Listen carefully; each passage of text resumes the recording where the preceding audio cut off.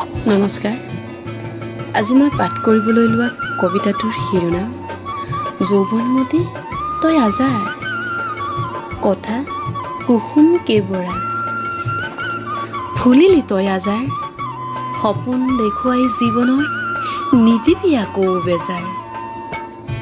মন প্ৰাণ সপিলো তোক নিজৰ বুলি, বুকু উৰুঙা কৰি নাযাবি তই। তোৰ পৰশত সপোনবোৰে ডিঙা মেলে, ফুলাই আশাৰ পাবলৈ। আজাৰ, তোক মই বৰ ভাল পাওঁ।